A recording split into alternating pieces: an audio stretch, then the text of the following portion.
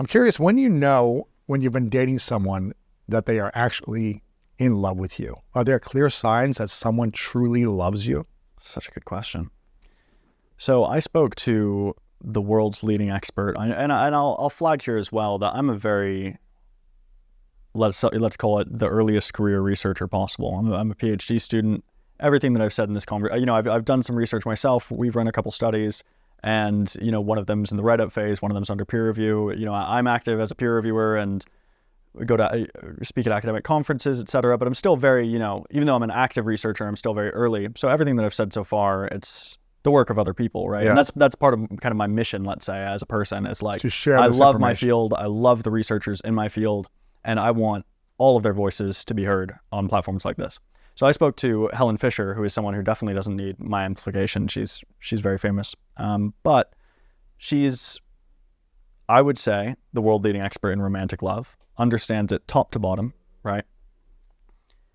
And what she told me is that the best proxy that we have, right? So there's all these symptoms of romantic love, but the most, if we're talking about in love, like acutely in love, the symptom that you're looking for is obsessive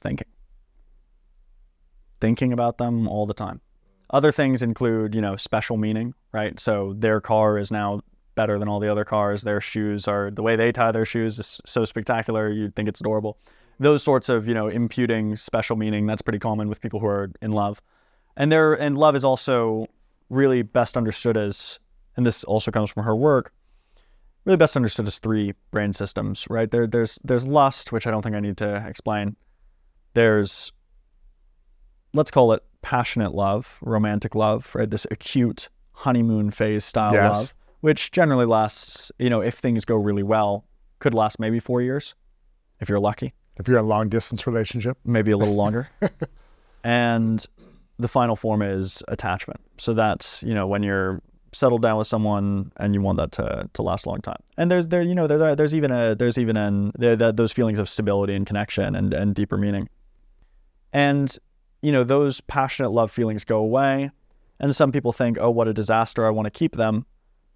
But those passionate love feelings come with a lot of what we were just talking about, right? They come with a lot of jealousy. They come with a lot of do you really want your life to be categorized by obsessing over a romantic partner for 40 years? It's like, there's more important things to be doing. A few years of that, I think, it's about right than other things. If someone is in a relationship with someone right now and they've been cheated on by that person, but they've chosen to stay with them, man or woman, do you think it's possible, based on research or science that you've studied, that relationship can work, or that they can be faithful after infidelity? I think we all know couples who have survived infidelity, right? And there's the kind of trite aphorism, best predictor of future behavior is past behavior. To an extent, that does seem to apply here. It's not the best predictor, but Kayla Knopp and her colleagues did a longitudinal study of people in relationships, so to say. And I believe it was Kayla Knopp. I'll have to double check that after the show. But there was a study in Endicase that looked at, okay, what's your relationship history, right? Where are you coming from here? And then watched, how did this relationship play out? And excuse me if I'm misquoting the stat. I read this study 2 years ago. But I believe it was that people who had cheated in their past relation, I won't say a specific number, it was a multiple more likely. It wasn't like they're 10% more likely. It was like they're three times more likely to cheat again, right? Than someone else taken neutrally, right? And that's previous relationship to current relationship.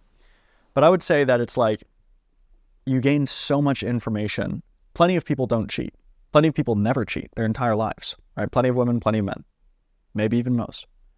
And so if someone does that to you, they've just given you, as you might say, a gift of giving you all this information about them as a person. Right. And I'm not damning cheaters. Plenty of, psychologically normal, good people make mistakes that they consider mistakes immediately, right? That happens. But this idea that it's like there are plenty of fish in the sea and you want to choose the one fish that already did that to you, you know, but I would say that this is, that in speaking about this, I'm talking a lot about, I'm thinking in my mind, because of my own age, I'm thinking of, you know, young relationships where hitting reset is pretty easy and finding someone new. But if you have 10 years of relationship and you've got context, a family and different. all this context, it's a little different. So I'm not making any blanket recommendations. I'm just saying that if someone has cheated on you, yeah, they're more likely to cheat on you than a random stranger on the street. Do you feel like Gen Z is cheating more than other generations? I don't see any evidence of that. If anything, young people are engaging in less risky sexual behaviors across the board. Really? Why is that? It's interesting. I mean, that is something where I'm gonna have to email you some names that you could talk to about that.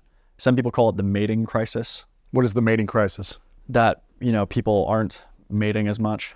Why is that? Well, there's a bunch of different theories. It's not my area of expertise. I'm sure you can sense that I'm kind of uncomfortable speaking about it because I think it's a little bit. I'm very tentative about it. I'll just say that. Right. Like this idea that it's even a thing or that it's a bad thing. Right. I mean, is it such a bad thing that teenagers are having less casual sex? Is that really something that is that a problem that needs to be fixed? Is it such a problem that people are waiting longer before having sex for the first time? I don't know. And that's not the only, I'm probably dumbing it down. That's certainly not the only thing that people talk about the mating crisis. People talk about, you know, various subcultures formed around, you know, the state of not being able to mate and that sort of thing. And I appreciate that for some people, the mating market is probably especially hard now. But you wanted to ask about why it's happening.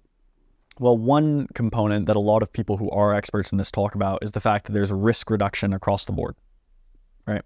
So it's not just that they're having less casual sex, they're also drinking less, smoking less, Another factor that you'll hear about is that in some ways, in some specific ways, and I'm being very careful here because it's not my area of expertise. I've heard other people who are experts say that there's somewhat more social conservatism in some ways, using that word very carefully. I'm not saying that Gen Z is super right wing. I just mean that they are in their social behaviors more conservative, right?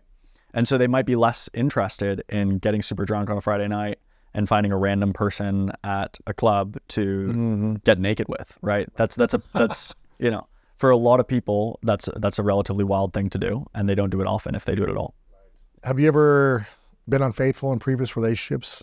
And no, I haven't. I guess the follow-up question would be, how do you know you could change if that had happened in the past, where you could still be a faithful person moving forward, knowing that the statistics are, you know, you're more likely. Yeah. How do you change behavior in someone who has? Well, one encouraging piece of advice is plenty of people in Kayla Knopp's study, and I really hope it's Kayla Knopp now because I've said it twice.